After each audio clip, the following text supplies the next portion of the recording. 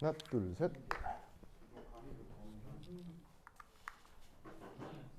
이게 어쩌려나 모르겠네.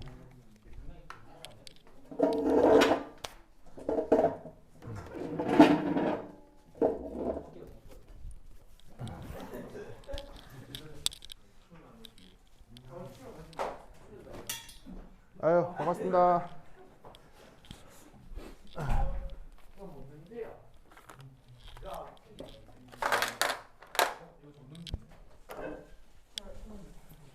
자, 그거 학교 프린트 있죠? 저번 시간에 했던 분자간 인력 그거 꺼내세요. 학교 프린트. 자, 분자간 상호작용 요거 꺼내주세요.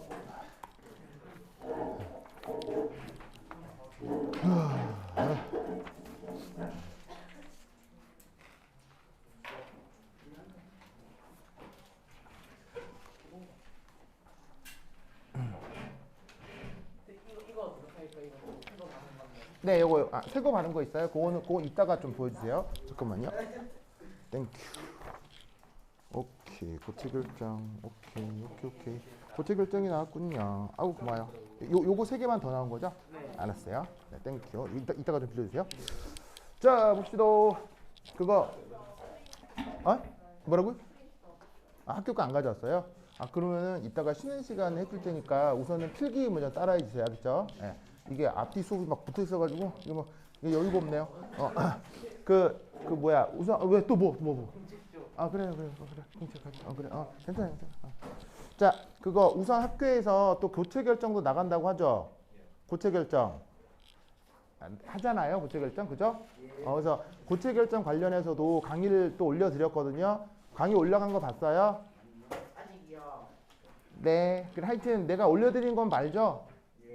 그거 미리미리 좀 공부를 하세요. 여러분하고 나하고 수업 시간이 이게 충분하지가 않거든요. 그러니까 미리미리 좀 봐주셔야 됩니다. 특히나 그 창원 같은 경우는 고체 결정 부분이 1학년 때 되게 어렵게 나와요. 그러니까 어렵다기보다는 뭐 배우면 다 아는 건데 그 기초적인 걸 좀 넘어서는 문제들도 나올 때가 있거든요. 아니, 그래요 고마워요. 네, 어쨌건 네. 그래서 하여튼 그 고체 강의도 올려드렸으니까 우선 미리 보세요. 아시겠죠? 자, 봅시다. 자, 저번 시간에 했던 그 여러분 학교 교재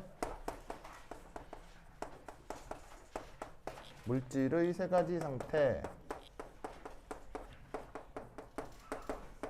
자, 학교 교재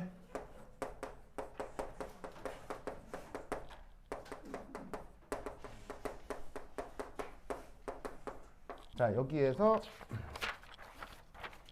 저번 시간에 또 학교 교재가 이게 번호가 좀 안 좋은데 다시 또 학교 교재는 1 해서 힘 뭐 그래서 뭐 이거 뭐 이렇게 합시다. 네. 그리고 나서 2에 런던 힘. 그래서 저번 시간에는 그 런던 그 힘, 그러니까는 뭐 이렇게 뭐 이런 이름도 쓰는데 더 잘 쓰는 이름 표현이 뭐라고 했었죠? 런던 힘이란 말도 쓰는데 조금 더 흔한 표현이 분산력이라고 했었죠. 그 표현이 조금 더 맞습니다. 그래서 저번 시간에는 분산력이 어떻게 만들어지느냐에 대한 얘기를 했었을 거예요. 아시겠죠? 그러면서 뭐 순간쌍극자, 유도쌍극자 이런 식의 표현했었죠?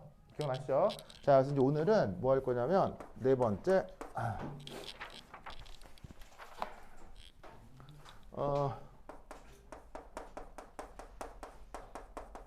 분산력 현상으로 설명 가능한 현상들. 요거 몇 개 얘기를 해볼 거예요. 이 부분에서 시험 문제가 억수로 많이 나오거든요. 자, 그래서 이제 여기를 좀 해볼 건데 저게 억수로 많아요. 하여튼 억수로 많은데 다 할 수 있는 건 아니고요. 몇 가지 보통 학교 시험에 나오는 것 위주로 얘기를 할게요. 첫 번째가 여러 가지가 있는데 여러분 혹시 그거 이런 경험 해본 적 있어요? 필통 속의 지우개와 플라스틱 자가 서로 딱 이거 알아요? 이런 거 경험해 본 사람? 네, 붙어 있는 거예요. 네, 그 얘기를 하는 거예요. 그럼 여러분 필통 속에 지우개 보통 있잖아요. 그거하고 플라스틱 자 있죠. 거기 이제 뭐 그냥 서로 다른 물질 같은데 우연찮게 한 일주일 정도 필통을 열어보지 않은 상태에서 왜? 왜요? 예, 이제 내려도 돼요. 이게 계속 손 들고 있길래 뭐 내가 특별한 거 있네. 이게 그 받는지 궁금해서요. 네, 고마워요. 우리 손 오빠 이름이? 손 오빠 이름이? 민준손. 예? 그래. 알았어. 이게 힘차게 민준솔. 솔. 네, 하여튼 그래서 힘차게 손 들어줘서 고마워요. 아우 친절해라. 자, 어쨌건 그래서 그 필통 속에 넣어놓은 자하고 그 고무 지우개가 딱 붙어가지고는 나중에 이거 뜯으려고 하면 잘 뜯어지지도 않게 붙어버리거든요. 그런 거 본 적 있죠? 그게 바로 분산력이에요. 이게 왜 그러냐면, 잘 봐요. 고무 지우개도 보통 우리가 이제 어떻게 생겼냐면 이렇게 좀 직육면체처럼 생겼잖아요. 지우개. 그리고 플라스틱 자도요. 이렇게 좀 얇지만은 직육면체처럼 생겼잖아요. 그러면 어떤 일이 벌어지냐면 얘도 판판하고 이게 요 자도 이게 판판하기 때문에 이 녀석도 이렇게 표면이 보통 고무지우개 하면 매끈하죠. 그 다음에 플라스틱 자도 매끈하죠. 그럼 그 둘이가 이렇게 딱 필통 속에 모르게 이렇게 붙어 있으면 둘 사이에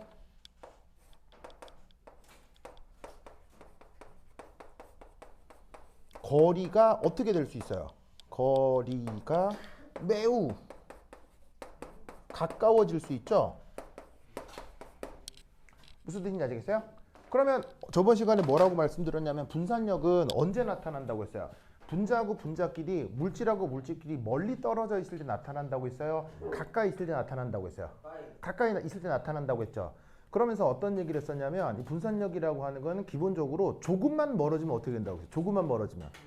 조금만 멀어지면 아예 없어지고요. 그러면 조금만 멀어지면 아예 없어진다는 얘기가 역으로 조금이라도 가까워지면 어떻게 된다는 얘기예요? 극단적으로 커질 수도 있다는 얘기예요. 그래서 아예 이 지우개, 고무 지우개하고 플라스틱 자가 마치 하나로 융합된 것처럼 붙어버려요. 그래서 여러분 붙었을 때 그 띄려고 하면 잘 띄어지지도 않죠. 무슨 말인지 알겠죠? 그래서 이게 어떤 상황이다? 둘 사이 거리가 아주 가깝기 때문에 분산력이 크게 작용하고 있구나 라고 해석을 할 수 있다 이런 말이죠. 아시겠죠? 그래서 여러분 도마뱀 얘기 알아요? 아무 때나 붙어 다니는 도마뱀? 도마뱀 알아요? 예. 예, 되게 유명한 애인데 이게 과학 칼럼 같은 거 찾으면 많이 나오거든요. 어떻게 생기느냐? 도마뱀인데 실제로 그 사진 보면 되게 귀엽게 생겼어요. 별로 크지도 않고 한 요 정도밖에 안 되는 아주 조그만 도마뱀인데 전 지구 모든 물질에 다 붙어 다닐 수 있어요. 그러니까 이게 뭐 유리건, 금속이건, 흙이건, 돌이건, 뭐 나무건 관계없이 아무 데나 붙어 다닐 수가 있어요. 그러니까 천장까지 다 붙어 다니거든요. 그래가지고 이거를 되게 과학자들이 신기하게 생각한 거예요. 그러니까 신기하게 생각을 해가지고는 그 도마뱀을 이게 잡아다가 연구를 좀 한 거죠. 그랬더니 그 도마뱀에 이렇게 손이 있을 거 아니에요? 도마뱀 손을 이렇게 확대를 해보니까 그냥 보면 그냥 보통 이제 도마뱀 손인데 이게 이제 이따 나중에 여러분 유튜브에 찾으면 그 도마뱀 막 붙어 다니는 도마뱀처럼 나와요. 되게 귀엽게 생긴 애 있는데 손을 이렇게 볼 때는 아무렇지도 않은데 얘를 전자현미경으로 확대를 하면 이 손에 이런 식으로 이렇게 손바닥에 이렇게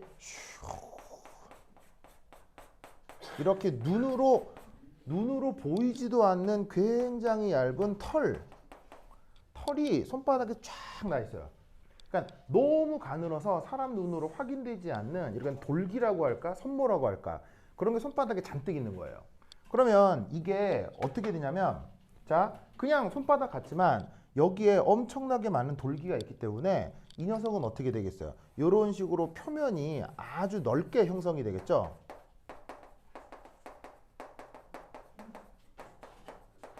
그러면 어떤 일이 벌어지면 이 동화뱀 같은 경우는 아무 때나 이렇게 손을 딱 갖다 대면 이 털들이 사방으로 쫙 퍼지면서 물질들하고의 그 뭐냐면은 거리가 아주 가까워지고 그 물질들하고의 분산력이 엄청나게 강해지게 되는 거예요.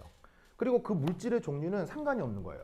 물질이 플라스틱이건 나무건 뭐 금속이건 유리건 돌이건 뭐건 관계없이 모든 물질의 분산력은 존재하기 때문에 모든 물질에 돌아다닐 수가 있어요. 그러니까 또 조그마니까 질량이 별로 크지도 않겠죠. 그러니까 내 손바닥에 있는 이 분산력만 이용해서도 요걸 딱딱딱딱 이렇게 딱 붙어 다닐 수가 있게 된 거예요. 무슨 말 나겠죠? 그래서 이제 이게 왜 그러니까는 이제 털이 이렇게 있다고 치면 이게 흐물흐물하니까 이런 식으로 딱 되면 이게 털들이 여기서 쫙 퍼지면서 이 면에 이렇게 탁 안착을 해가지고는 큰 분산력이 생기는 거지. 그래가지고 이제 그걸로 그 영화에도 나온 적이 있죠.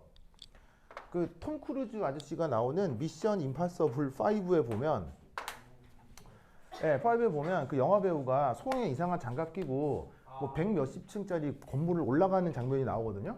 그게 이런 걸 이용하는 거예요. 예, 무슨 뜻인지 아시겠죠?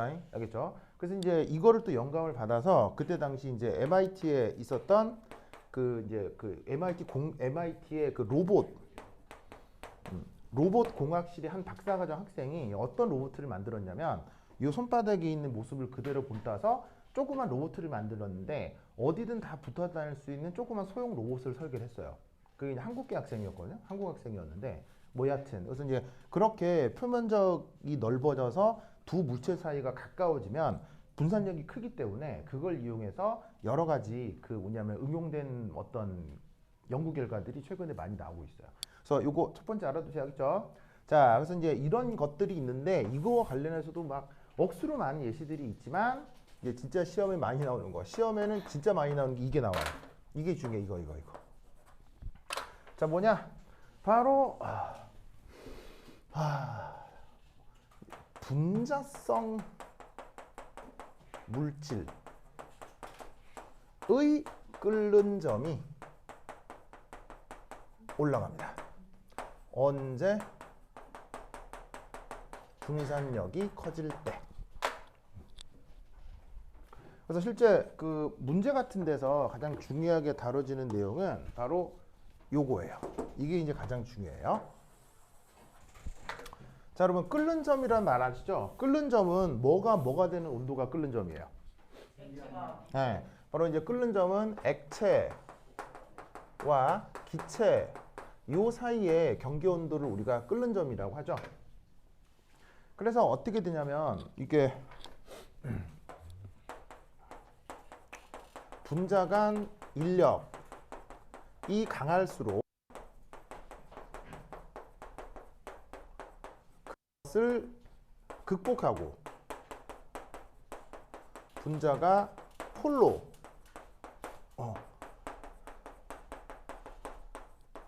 기체상으로 존재하려면 큰 열 에너지가 필요하다고 생각하는 거예요.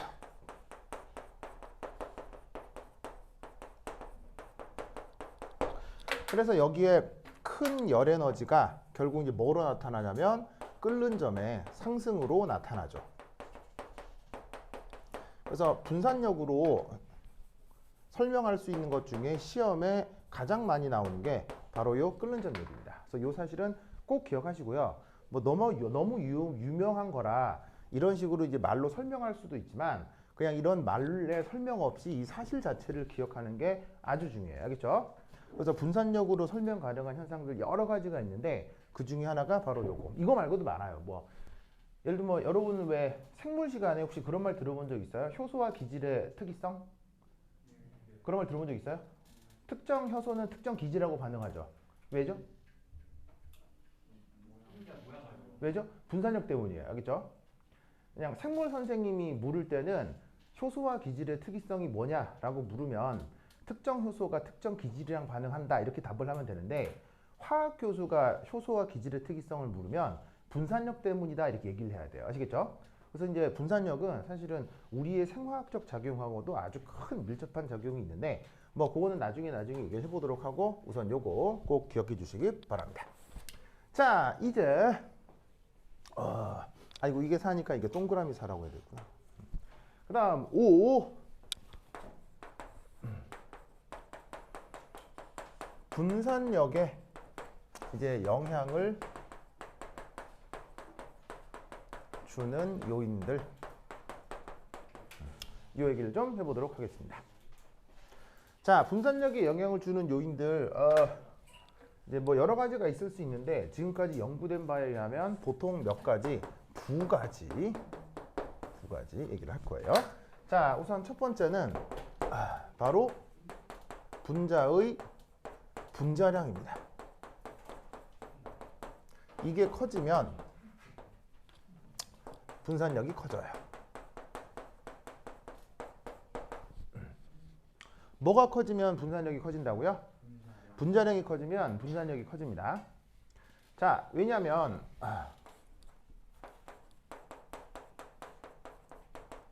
분자량이 커질수록 물질 내 전자가 많을까요, 적을까요? 네. 자, 분자량이 커질수록 당연히 물질 내 전자가 많아지겠죠.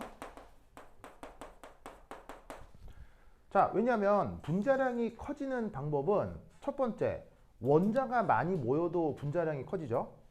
그다음 분자를 구성하는 원자들의 원자 번호가 커져도 원자량이 커지죠. 근데 원자가 많아지건 원자 번호가 커지건 결론적으로 그 안에 있는 전자들의 개수도 많아질 수밖에 없어요. 그래서 분자량이 커지면 물질 내 전자가 많아지는데 그러면 어떻게 되냐면 그들 사이의 정전기적 청력이 커지고 더 유동적이 될 수 있습니다. 즉 원래는 전자가 어디에 매여 있어야 돼요? 원래는 전자가 원자 핵에 매여 있어야 하죠. 그런데 내부의 전자가 많아질수록 멤버가 없다고? 한 명. 여학생 누구더라? 화령이 본다는데? 지금 집에 일이 있어서 모르는 거라서 아마 촬영. 집에 일이 있어서 그렇구나. 알겠습니다. 어쩐지 그럼 하여튼 뭐 이것도 소리 잘 들어야 되는데 하나 둘 셋 넷 이거 소리 잘 들어갈라나? 혹시 지금 카톡 되는 사람 있어요? 이거 혹시 이거 내가 이거 링크 하나 보냈는데 우리 단체 카톡방에 한번 들어가 줄래요? 이게 소리 또 녹음 안 되면 또 곤란하다. 예. 소리 안 들어가면 곤란. 그 우리 단체 카톡방에 내가 링크가 없어요? 그거 없어. 그렇구나. 학원 메일로 보냈는데 학원 그래 잘 찍히겠지? 그래, 알겠습니다. 네, 잘 되겠지? 그래, 알았어요. 네. 좀 되겠지. 그래. 자, 어쨌건 봅시다. 이게 네이버가 이게 성능이 안 좋아서 이 네이버 촬영이 이게 서버에 저장할 때 문제들이 있나 봐요. 그래가지고 이게 소리가 들어갈 때 이게 약간 한 20%의 확률로 뻑이 날 때가 있어가지고 좀 그런데 뭐 어쨌건 봅시다. 자, 그래서 어떻게 되냐면 전자라고 하는 게 원자에게 매여 있어야 되는데 전자가 많아지면 전자사의 청력이 강해지겠죠. 그럼 전자끼리 서로 밀어내는 힘이 강하기 때문에 원자에게 전자들을 자기 쪽으로 끌어내기가 쉽지가 않아요. 왜냐하면 가까이 끌어내면 전자 간 거리도 가까워질 테니까요. 아시겠죠? 그래서 어떻게 되냐면 전자 개수가 많아질수록 전자 사이의 청력이 커지게 되는데 전자 간의 청력이 커지게 되면 어떻게 된다? 바로 유도 쌍극자가 더 잘 만들어지겠죠. 그리고 그 덕에 분산력이 커진다. 이렇게 생각을 해주시면 됩니다. 그러면 이제 이런 개념으로 설명할 수 있는 실험적인 현상들이 있을 수 있겠죠. 그래서 그걸 이제 잠깐 좀 보면 예시를 좀 들어볼게요. 자, 여기 줍니다. 여기 줄게요. 지나. 에이.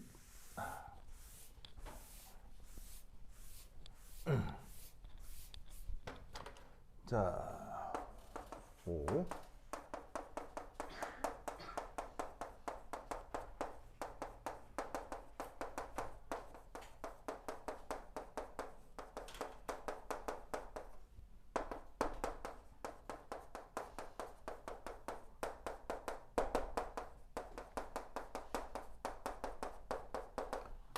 자, 요거와 관련된 예를 하나 들어보면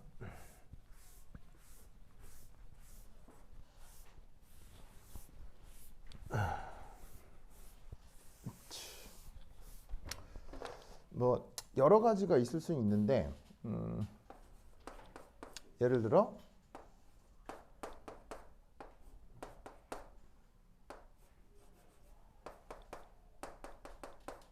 짜잔 이렇게 생긴 분자가 있어요.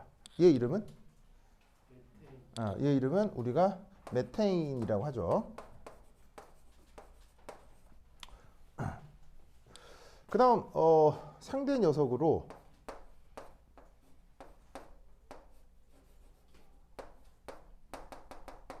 짜잔 이렇게 생긴 녀석이 있을 수 있어요. 얘 이름은? 탄소 하나에 염소가 4개가 있기 때문에 어떤 이름을 쓰기도 하냐면 사염화탄소.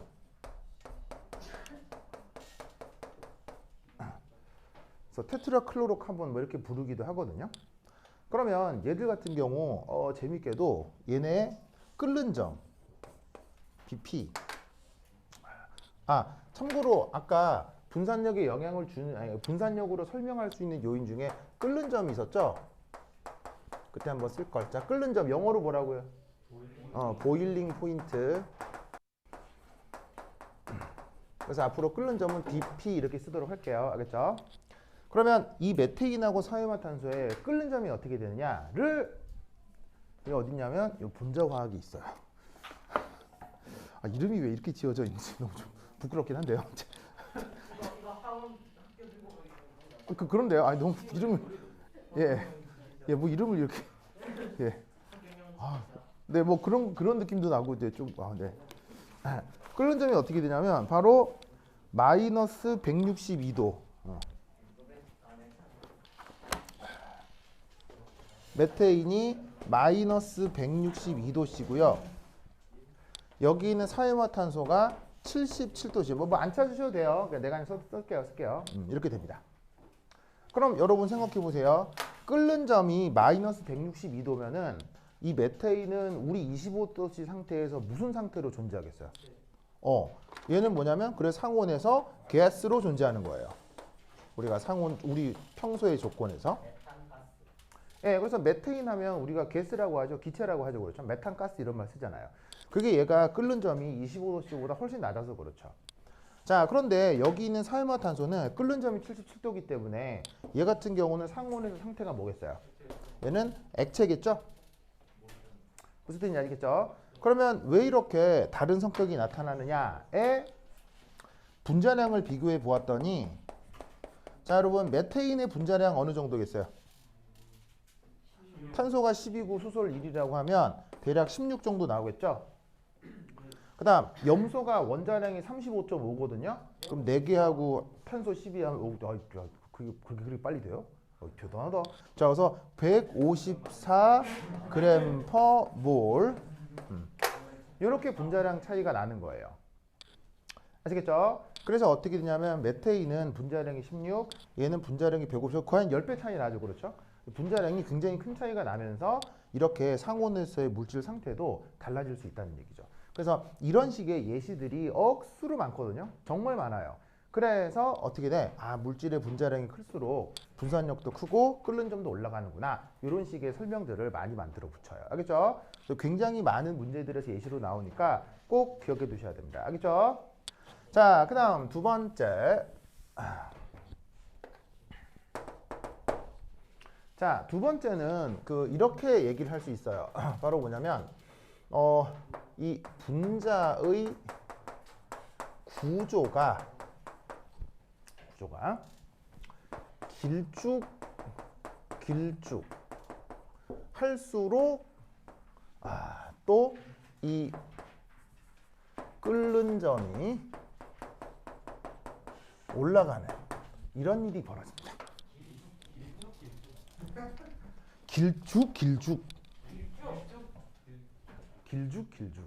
길쭉이에요? 길쭉이에요? 아 정말로요? 봐. 원래 말이 길쭉이에요? 나 몰랐어. 길쭉이에요? 길쭉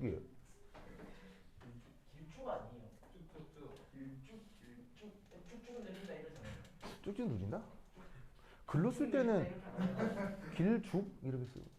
쭉 혹시 이쪽 기관에서 그래 한번 찾아보세요. 지방이라서 저기 그 국립국어원에 가면 길쭉 이게 다 구분해 줄 텐데. 뭐가 맞아요? 길쭉이 맞아요. 아 죽이 맞아요 쭉? 아 쭉이 맞아요? 아 그렇구나. 고마워요. 길쭉이 맞아요? 몰랐어. 길쭉. 야 그렇구나. 이 몰랐던 사람. 나도 몰랐어요. 길쭉이구나. 좋아요. 민강 고마워요. 이거 대단해. 이런 거 어떻게 알지? 자, 어쨌건 anyway. 자, 이게 뭐냐면, 자 여러분 잘 봐요. 자, 뭔가 이게 길쭉한 것도 있지만 사실은 길쭉하지 않을 수도 있죠. 그럼 어떻게 생겨본 거예요? 길쭉하지 않은 거면? 길쭉 안 하면 어떻게 생긴 거예요? 안 한 거면 바로 요렇게 땡글땡글하게 생기면 그게 길쭉하지 않은 거죠. 그러면 어떻게 되냐면 이런 식으로 댕글댕글하게 생기면 자 여기가 무게중심이 있고 여기가 무게중심이 있을 건데 그러니까 여기를 이제 무게중심이라 합시다. 그러면 이렇게 댕글댕글하게 생기면 요 무게중심하고 무게중심 요 사이의 거리가 당연히 멀겠어요? 당연히 가깝겠어요? 땡글땡글하면 거리가 멀 수밖에 없죠. 자, 어떤 상황에 비해서 네. 자, 얘를 뭐라고 생각해도 좋냐면 여러분의 밀가루 반죽 있죠? 그 피자 만들려고 밀가루 이렇게 치대가지고 동그랗게 만들어서 발효시키잖아요. 뭐 피자건 빵이건 만들려고 할 때. 그래서 이제 이렇게 만들어 놓은 밀가루 반죽을 나중에 발효가 된 다음에 이렇게 쳐대가지고 이렇게 널쩍하게 만들어서 이제 피자 도우 같은 걸 만들잖아요. 그래서 이때 요 놈을 땡글땡글한 놈을 펴가지고 이렇게 넙대대하게 만들었다고 쳐봐요. 이렇게. 무슨 말 알겠죠? 그러면 이때 어떻게 된다? 요 놈에 비해 요 놈은 무게중심과 무게중심 사이 거리가 멀 수밖에 없는 거죠. 아시겠죠? 그러면 이렇게 길쭉하게 만들면 당연히 무게중심과 무게중심 사이 어떻게 되겠어요? 거리가 얘는 상대적으로 가까울 수밖에 없죠. 그러면 자 분산력도 아까 하나의 인력의 종류라고 할 수 있는데 분산력은 아까 얘기했듯이 조금이라도 가까워져야 커져요? 조금이라도 멀어져야 커져요? 가까워져야 커진다고 했었죠. 그래서 멀어지게 되면 어떻게 되겠습니까? 기본적으로 그 인력이 커진다 작아진다. 인력이 줄어들 수밖에 없어요. 반면에 이렇게 가까워지면 어떻게 된다? 인력은 커질 수밖에 없죠. 무슨 뜻인지 알겠죠?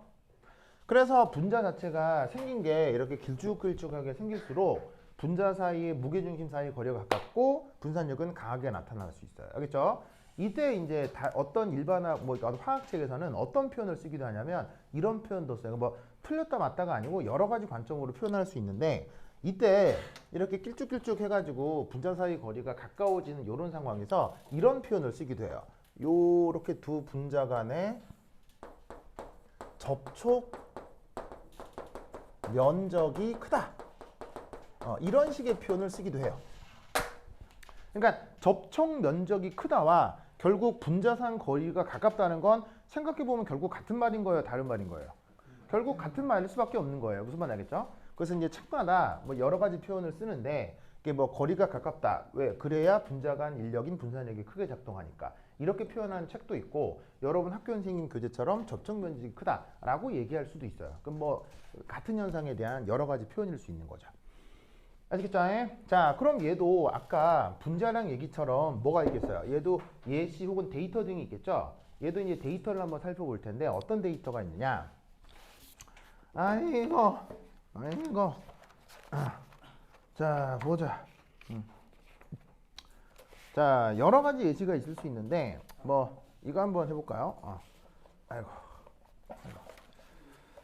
자, 얘가 뭐 여러 가지가 있을 수 있는데 대표적으로 탄소 5개에 수소 12개로 되어 있는 어떤 물질에 대한 얘기를 해볼게요. 아시겠죠? 알겠죠? 자, 그럼 이때 이 녀석의 그 이름 중에 어떤 이름이 있을 수 있냐면 이름 중에 말이 생각이 안 나냐. 이름 중에 자, 펜테인. 자, 이런 이름이 있을 수도 있고요. 그 다음에 얘로 되어 있는 녀석 중에 뭐가 있을 수도 있냐면 니오펜테인이라고 하는 녀석이 있을 수 있어요. 그럼 펜테인과 니오펜테인 각각이 이제 누구냐면 이겁니다. 자, 여기 탄소가 몇 개가 있죠? 5개가 있죠. 5개가 하나, 둘, 셋, 넷, 5개가 선형적으로 연결되고, 자, 수소가 여기에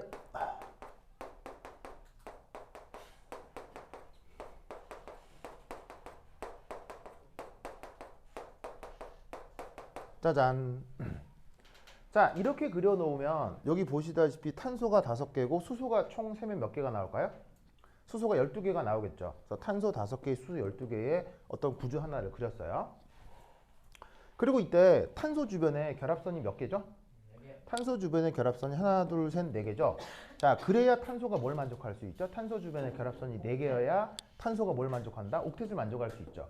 그래서 탄소가 옥텟을 만족하는 아주 유명한 구조, 탄소 5개, 수소 12개의 펜테인 구조예요. 근데 여러분 그 레고 블록이 몇 개 없어도요, 레고 블록을 연결하는 방식은 아주 다양할 수 있죠. 그렇잖아요? 그죠? 그래서 어떻게 되냐면 이 네오펜테인이라고 하는 건 이 탄소 5개, 수소 12개를 어떻게 연결한 방식이냐? 바로 이렇게.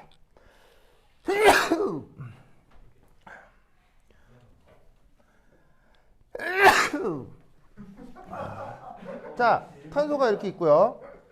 이 탄소에 주변에 이게 입체 구조를 그려야 되는데 잘 안 보인다. 네오펜테인이 이제 어떻게 그린 거냐면 이제 밑에 있어요. 자, 여기 그림은 여기 그릴게요. 그죠? 이게 잘 안 보일 것 같아 가지고 어떻게 생기느냐면 탄소에 탄소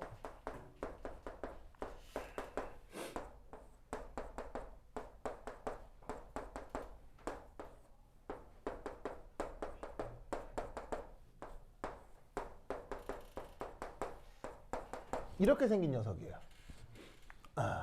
이게 네오펜테인의 구조예요. 알겠죠? 그럼 여기서도 탄소가 몇 개 있습니까? 하나, 둘, 셋, 넷, 5개가 있고요. 수소가 몇 개가 있어요? 3개씩 4번에서 12개가 있죠. 그래서 탄소 5개와 수소 12개를 이용해서 연결할 수 있는 방식이 이런 방식도 있다 이런 말이에요. 아시겠죠? 그리고 이때 이 녀석을 이제 편의상 이 탄소 하나에 수소 3개가 붙어 있는 이 방식을 편의상 뭐로 부르기도 하냐면 메틸 그룹이라고 부르기도 하는데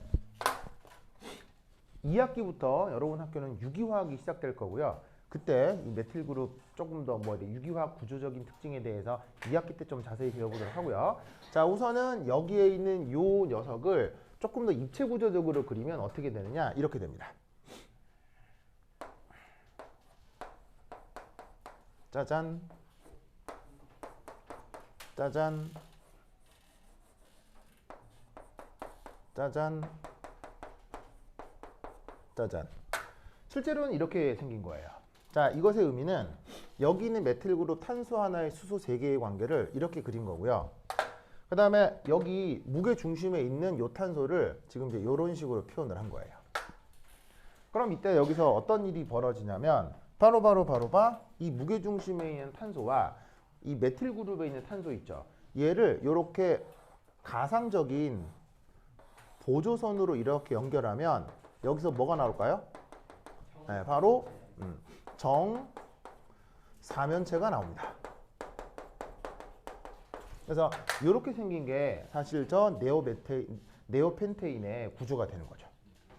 그러면 여러분 아시다시피 이런 정사면체는 기하학적으로 어떻게 생각할 수 있어요? 정사면체는 바로 말단의 메틸 그룹을 관통하는 뭐가 있을 수 있죠? 이런 식의 외접 구가 있을 수 있죠. 정사면체면. 정사면체는 걔를 감싸는 외접 구가 있잖아요. 그러니까 보시다시피 여기에 있는 펜테인 같은 경우 자, 딱 봐도 생긴 게 어떻게 생겼어요? 딱 봐도 길쭉 쭉이라고 했죠. 길쭉 하게 생겼는데 여기는 니오펜테인은 보시다시피 이렇게 외접 구가 있는 걸로 보아 상대적으로 동글동글하게 생긴 거다 이런 말이지. 그럼 이때 이 둘의 구조가 이러하면요. 밀도 또 사람들이 밀도를 조사했어요. 액체 상태 밀도를 조사하면 대략 그 밀도가 621 그램 퍼 리터. 얘는 586 그램 퍼 리터.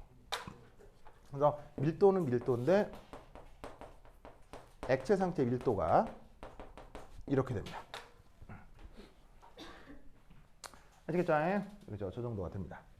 그러면 자, 밀도 비교해서 우리는 뭘 할 수가 있냐면요. 밀도 비교해서 이들 사이의 분자간 거리가 더 가깝다는 얘기예요. 이들 사이의 분자간 거리가 더 가깝다는 얘기예요. 분자간 거리는 위가 더 가깝다는 얘기예요. 아래가 더 가깝다는 얘기예요. 자, 밀도가 클수록 분자끼리 더 빽빽하게 있다는 얘기예요. 널널하게 있다는 얘기예요. 빽빽하게 있다는 거니까 분자간 거리가 더 가까워진다는 얘기죠. 그럼 분자간 거리가 가까울수록 분산력은 어떻게 되겠어요? 커진다 그랬어요? 약해진다 그랬어요? 커진다 그랬죠. 그러니까 결국 여기에서의 BP 보일링 포인트가 어떻게 나타나냐면 펜테인 같은 경우는 끓는 점이 36도 정도로 나와요. 그런데 니오펜테인 같은 경우는 끓는 점이 얼마냐면 9.5도. 아시겠죠? 알겠죠? 이런 식으로 나타날 수가 있습니다. 무슨 뜻인지 아시겠죠? 알겠죠? 뭐 그렇게 따지고 보면 뭐 그렇게 심각하게 큰 차이냐라고 하면 뭐 그렇게 큰 차이가 나지 않는다라고 볼 수도 있지만 뭐 어쨌건 차이는 나니까 이걸 아까 방금 얘기했던 구조적 특징으로 끓는 점의 대소를 생각해 볼 수 있다라는 거예요. 아시겠죠? 그렇죠? 이 논리를 꼭꼭 기억해 두시길 바랍니다. 오케이, 됐다. 자, 그 다음 여기서 봐봐요. 언급하고 있는 펜테인하고요. 니오펜테인은 구조는 지금 같아요, 달라요?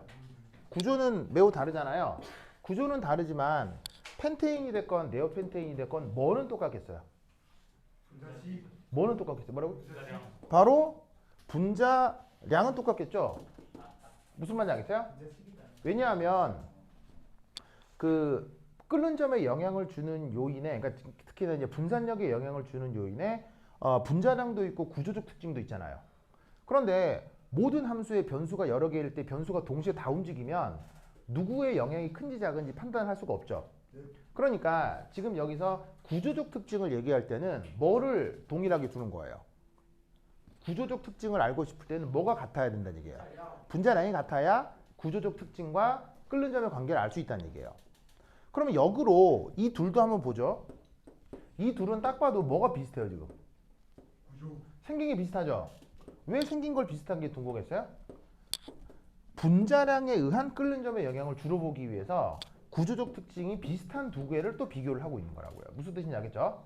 그러니까 변수가 여러 개일 경우에는 어떤 변수가 어떤 결과에 영향을 주냐를 판단할 때는 여러 변수 중 하나를 고정하고, 아시겠죠? 나머지 하나만 변화시켜야 된다 이런 말씀이에요. 무슨 뜻인지 알겠죠? 알겠죠? 자, 그래서 나올 수 있는 문제들 중에 아주 유명한 문제 하나만 언급을 하도록 하겠습니다. 자, 여기 지울게요. 지운다. 여기 지운다. 에이. 자, 문제 하나 풀어보도록 하겠습니다.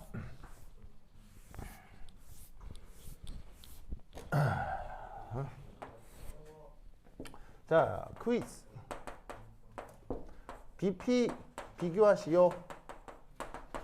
자, 비교란 말은 어디가 크냐, 어디가 작냐 이걸 얘기하라는 얘기예요. 무슨 말인지 알겠죠? 어디가 크냐, 어디가 작냐. 자, 우선 첫 번째 1. 첫 번째 1은 이렇게 생긴 분자하고요. 이렇게 생긴 분자. 요 두 분자를 토대로 어디가 끓는 점이 더 크고 어디가 끓는 점이 더 작냐. 요걸 묻고 있는 겁니다. 자, 지금 요 표현하고 요 표현을 잘 모르겠다. 자, 이 표현의 의미를 잘 모르겠다. 김쪽. 그 유기화 시시. 네, 그러니까 이게 앞으로 여러분들이 자주 보게 될 텐데, 자, 이렇게 말단 꼭지점 보이죠? 말단 꼭지점은 뭐가 됐건 간에 모든 꼭지점은 누가 있는 거냐면 탄소가 있는 거예요. 모든 꼭지점엔 탄소가 있는 거예요. 자, 이때 탄소는 옥텟을 만족하려면 결합선 몇 개 나가야 되죠? 탄소가 옥텟을 만족하려면 결합선 4개 나가야 되죠. 그러면 지금 이 탄소는 결합선이 몇 개만 나가 있어요? 하나만 나가 있죠. 그럼 몇 개가 모자라요? 그 3개가 뭐란 얘기겠어요? 바로 수소란 얘기예요. 알겠죠? 그 다음 이 탄소는 결합선이 몇 개 나가 있어요? 2개 나가 있죠. 그럼 몇 개 모자라요? 2개 모자르죠. 그럼 2개가 뭐란 얘기예요? 수소란 얘기예요. 자, 마찬가지로 이 탄소는 지금 결합선이 몇 개 나가 있어요? 이 탄소는 결합선이 지금 그려진 게 몇 개 그려져 있어요? 3개 그려져 있죠. 그럼 3개 그려져 있으면 몇 개가 모자라요? 하나 모자르죠. 하나가 뭐란 얘기예요? 여기 붙어 있는 수소란 얘기예요. 무슨 말 알겠죠? 그래서 탄소와 수소로 되어 있는 이런 유기분자를 좀 편하게 표현하는 방식, 이런 짝대기 표시예요. 아시겠죠? 그래서 탄소하고의 결합선만 표현하고요. 탄소, 수소 모두 다 생략해 버리는 거예요. 알겠죠? 자, 그럼 어쨌건 이 둘 중에 누가 끓는 점이 높을까요? 양쪽에 끓는 점은 어디가 높다? 이쪽이 높을 수밖에 없어요. 왜죠? 그렇지. 이쪽이 더 길쭉길쭉하기 때문인 거죠. 아시겠죠? 뭐든지 아시겠어요? 자, 그럼 이때 이 녀석에 대한 어떤 뭘 해볼까? 여러 이제 구조적 특징에 대한 얘기를 좀 해볼 건데, 우선 얘는 자, 우선 참고로 하나 알아두실 거는요. 1. 분자성 물질의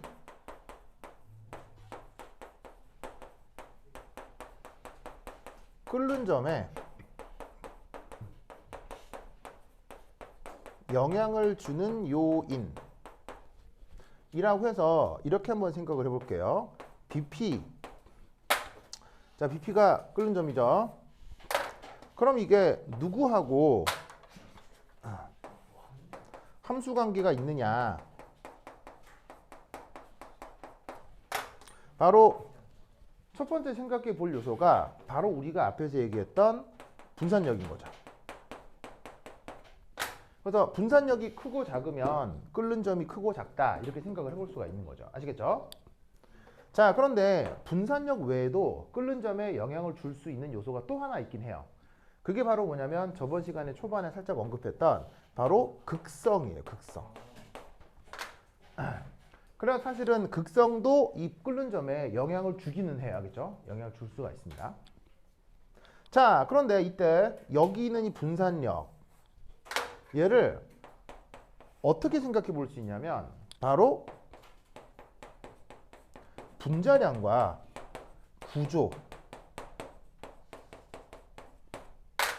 요 두 요소로 생각해 볼 수도 있다는 얘기죠.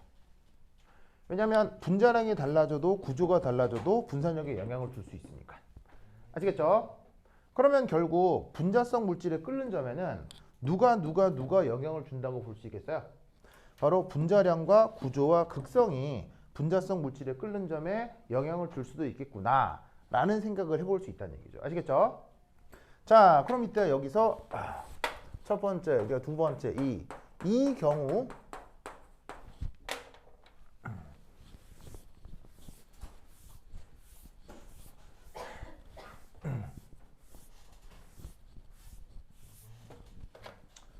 두 분자의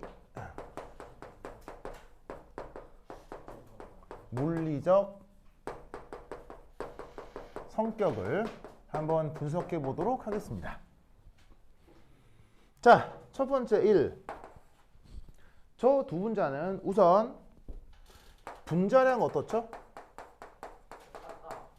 자, 두 분자는 분자량이 같죠?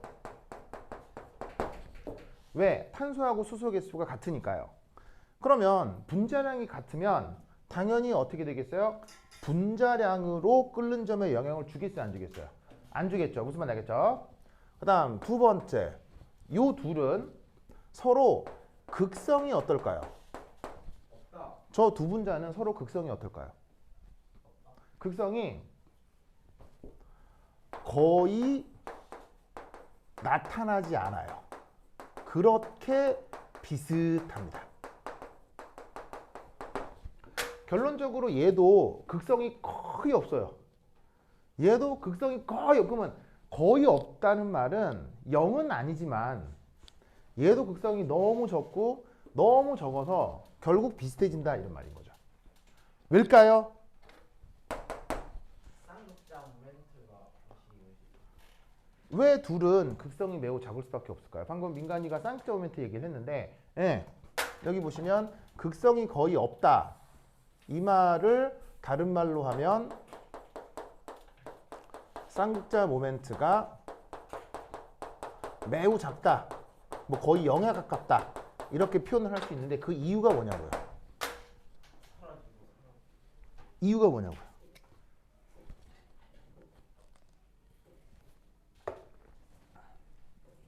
바로 탄소와 수소의 전기 음성도가 아주 비슷하기 때문이에요. 탄소의 전기 음성도 어느 정도죠? 2.5 정도고요. 수소의 전기 음성도는 2.2 정도인데 큰 차이가 없다고 보는 거예요. 알겠죠? 그래서 탄소하고 수소는 전기 음성도 차이가 크지를 않아서 탄소하고 수소가 결합되어 있을 때는 전자가 어느 쪽으로 이렇게 좀 이게 쏠려서 누가 델타 플러스다, 누가 델타 마이너스다 자체가 잘 안 나타나게 된다는 얘기예요. 아시겠죠? 그래서 어떻게 되냐면 이 두 분자를 비교할 때 서로 뭐가 비슷하다? 극성이 비슷하다. 알겠죠? 그럼 잘 봐. 끓는 점에 영향을 주는 요소 중 어떻게 되는 거예요? 분자량과 구조와 극성이 있는데 분자량 같고 극성 비슷하고 그럼 누가 영향을 준다는 얘기예요? 구조가 영향을 준다는 얘기예요.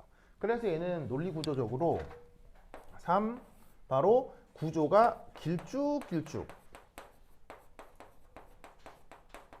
해서 끓는 점이 올라가는 것으로 대소비기가 되는구나 라고 생각해 볼 수 있다 이란 말이지. 아시겠죠?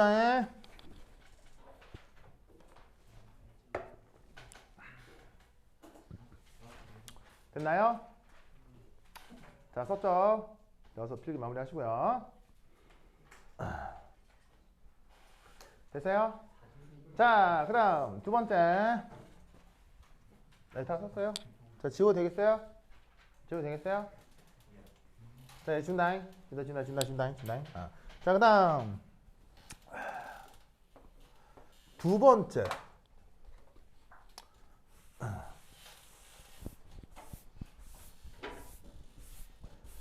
자, 두 번째는 짠!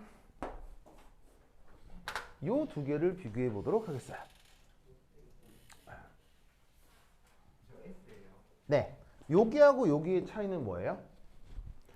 자, 요 자리에는 탄소에 수소가 몇 개가 있죠? 자, 이렇게 그리면 탄소, 수소가 몇 개가 더 붙어 있다는 뜻이라고 했어요. 두 개가 더 붙어 있는 건데 그 부분과 그냥 황. 자, 황은 옥텐룰을 따른다고 하면 결합선이 몇 개밖에 안 나와요. 황은 결합선 몇 개만 나와요. 자, 예를 들어 H2O 루이스 구조 어떻게 그려? H2O 루이스 구조 어떻게 그려? 산소에 수소가 2개 그리고 산소에는 뭐가 또 있죠? 비공호 전자가 이렇게 2개가 있죠?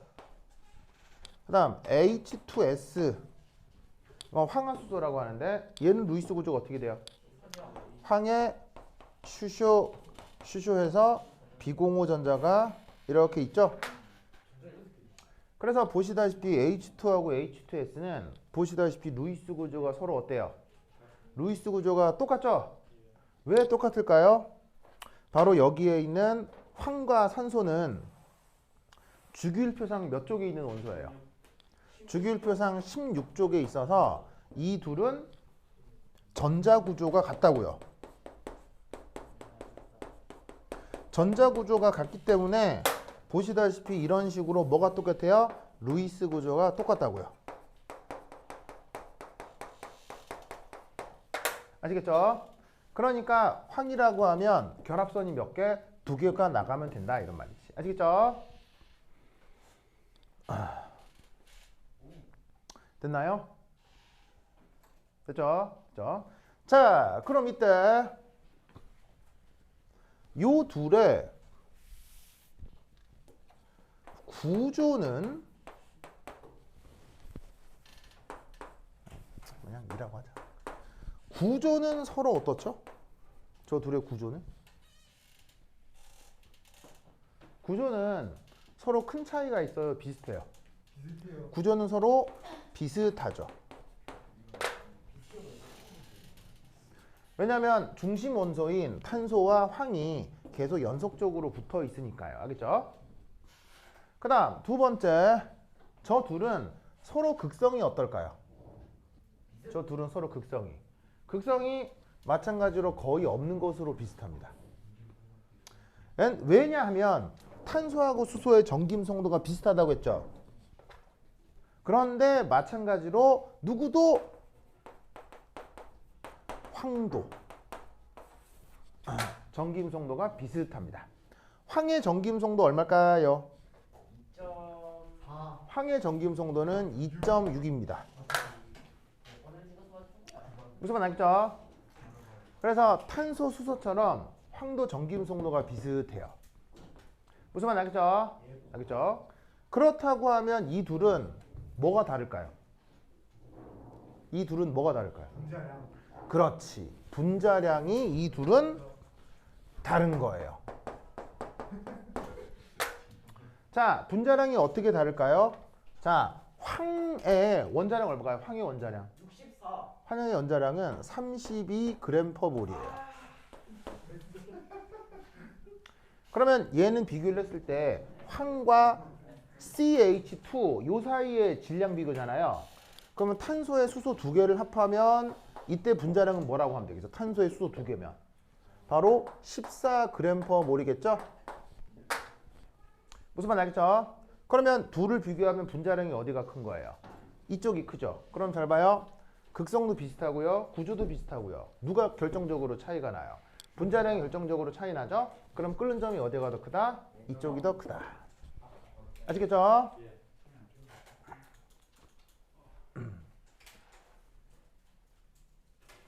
자, 쓰세요.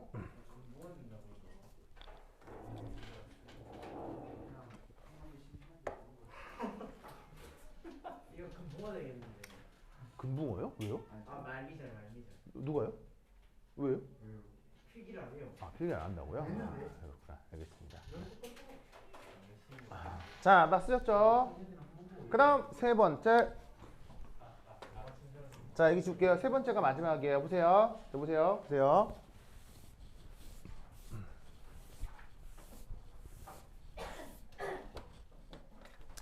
세 번째는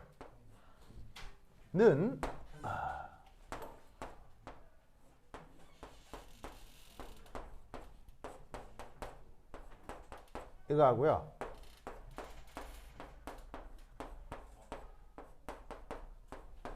요거예요. 저 둘은 어느 쪽이 끓는 점이 더 높을까요? CL. 자, 왼쪽 오른쪽 어디? 왼쪽. 있구나. CL 있는 곳. 극성이 있다. 둘 다 CL 있는데요? 둘 다 염소 있는데. 저기 왼쪽 H 말고 CL 있는 곳. 저기는 쌍점을 저렇게 촥촥 떼어서 살아있는데. 자, 어떻게 되겠습니까? 자, 이때 이 둘은 끓는 점이 어디가 높다? 이쪽이 더 높습니다. 자, 이때 이 녀석의 그 이제 뭐냐면 배열, 이제 그 유기화학의 전문 용어, 수학의 전문 용어로 배열이란 말이 있거든요. 원래 영어 표현으로는 configuration이라고 하는 말인데 기하학과 유기화학에서 사용하는 전문 용어입니다. 자, 그 배열의 여기가 차이가 있을 수가 있어요. 자, 어떤 배열의 차이가 있을 수 있냐면 우선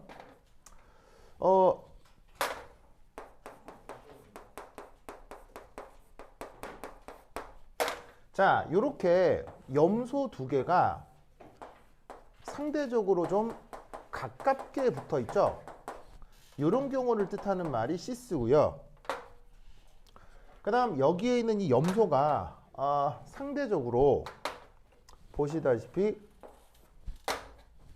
좀 멀게 붙어 있을 수 있죠. 그럴 경우 트랜스라고 해요.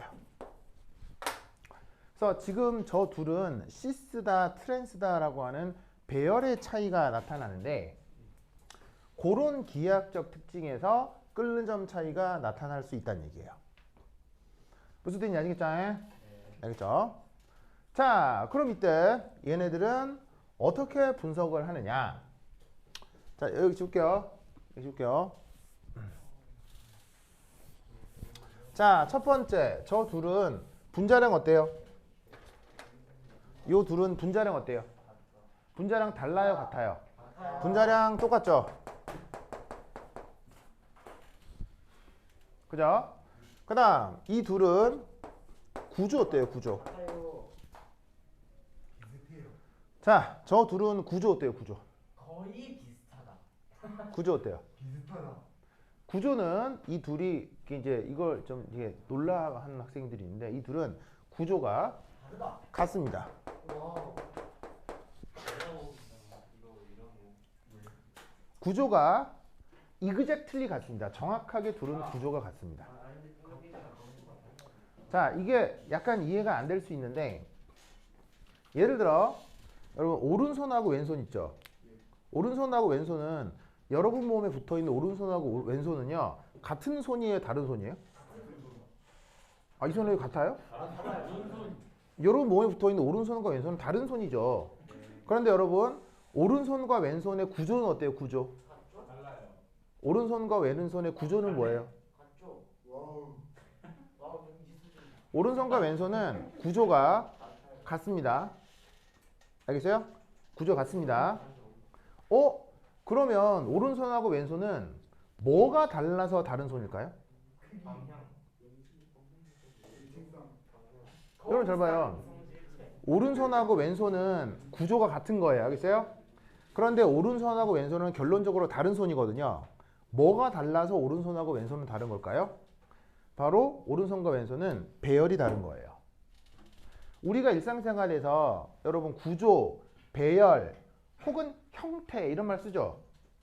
근데 구조, 배열, 형태를 여러분 일상생활에서 그 뜻을 정확하게 이해하고 구분해서 써요? 그런 사람 없을걸요? 대충 두루뭉실 쓰죠. 근데 지금 얘기하는 배열, 구조, 그리고 나중에 배우게 될 형태는 정확한 뜻이 있는 기하학적이고 유기화학에서 사용하는 전문 용어예요. 알겠죠? 그래서 오늘은 두 가지 단어, 배열과 구조가 나오는데 구조라고 하는 말은 원래 어떤 말? constitution 이라고 하는 말을 번역한 말이에요.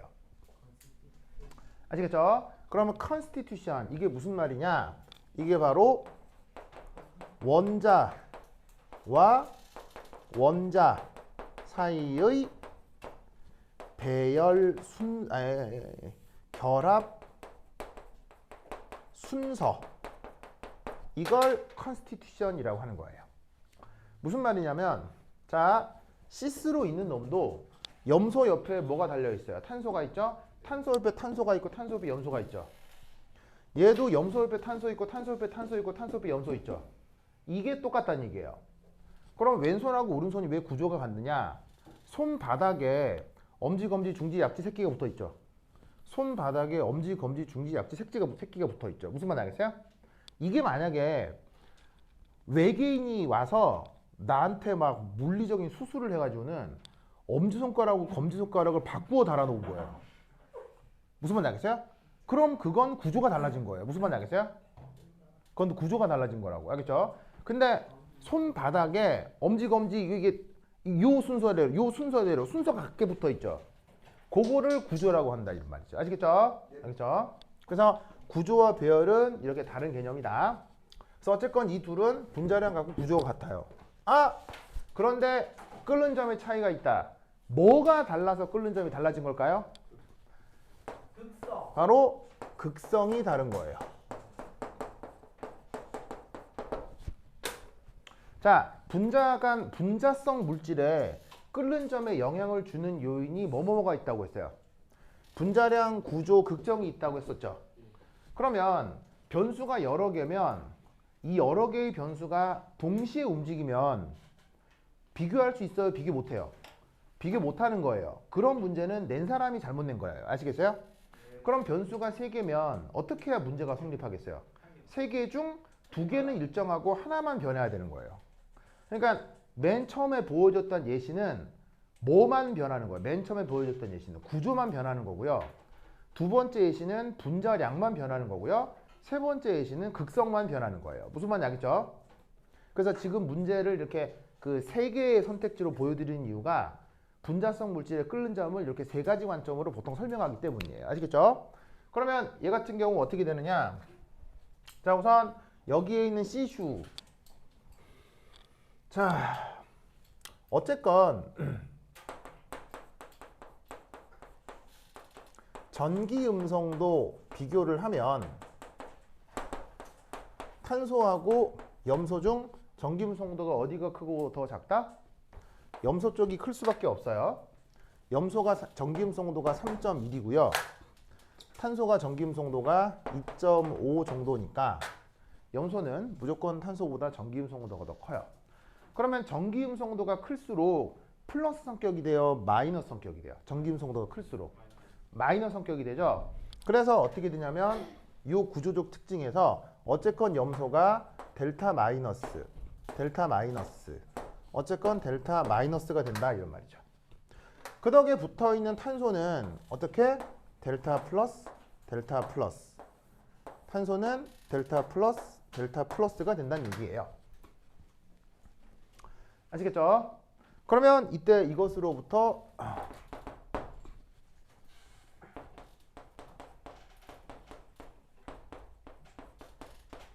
배열에 따른 극성이 나타날 수 있는데 앞에서 언급한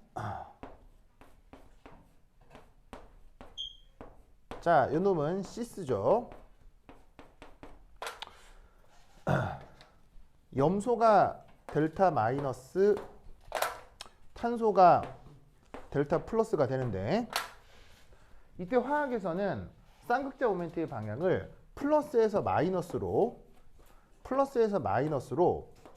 요렇게 쌍극자 모멘트 방향을 정의합니다. 아시겠죠? 네. 그러면 이 쌍극자 모멘트가 얘도 쌍극자 모멘트, 얘도 쌍극자 모멘트, 이 쌍극자 모멘트를 수학적으로 벡터 물리량이라고 가정을 하거든요. 그럼 여러 벡터가 나타나면 그 여러 벡터를 더해서 뭘 구할 수가 있어요? 벡터의 합을 구해낼 수가 있죠. 그럼 이때 요 벡터하고 요 벡터를 합하는 거예요. 그러면 어떻게 된다? 두 벡터의 벡터 합으로부터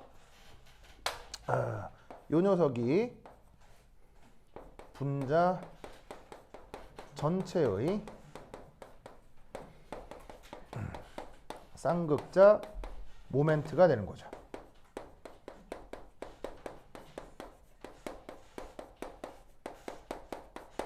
그러면 주어져 있는 시스 같은 경우는 분자 전체의 쌍극자 모멘트가 어쨌건 나타나죠. 이런 상황을 우리가 뭐라고 부르냐면 이 분자가 극성이다 라고 말을 하는 거예요. 알겠죠? 자, 반면에 자, 요 밑에다가 그림 되는데 그 밑에 그릴 그림이 요거예요. 자, 그러면 여기 지워 되겠죠? 여기 지워 되겠죠? 자, 그럼 여기 있는 트랜스도 자, 마찬가지로 분석할 수 있겠죠. 쌍극자 모멘트 방향은 어디서 어디로 정한다고요? 플러스에서 마이너스, 플러스에서 마이너스로 정한다고 했죠. 그럼 플러스에서 마이너스로 플러스에서 마이너스로 정하면 이게 지금 벡터 방향이 어떻게 돼요? 바로 두 벡터, 즉 두 벡터가 각각 쌍극자 모멘트인 거죠. 두 벡터의 크기가 같고 방향이 어떻게 됩니까? 정반대가 되죠. 그러면 이렇게 되면 어떻게 생각을 할 수 있다? 분자 전체의 쌍극자 모멘트가 얼마?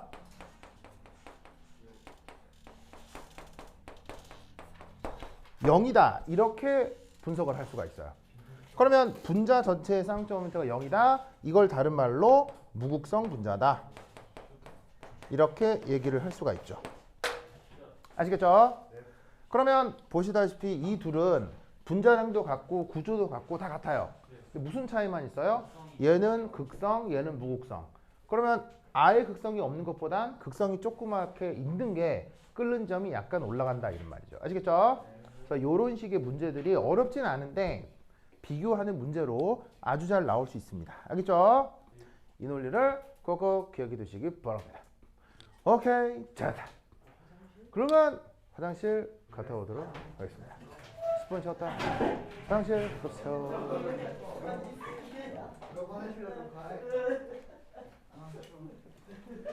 근데 엉덩이 끌면서 등을 아무나. 떴는데 갑자기 그래. 또 얘가 성격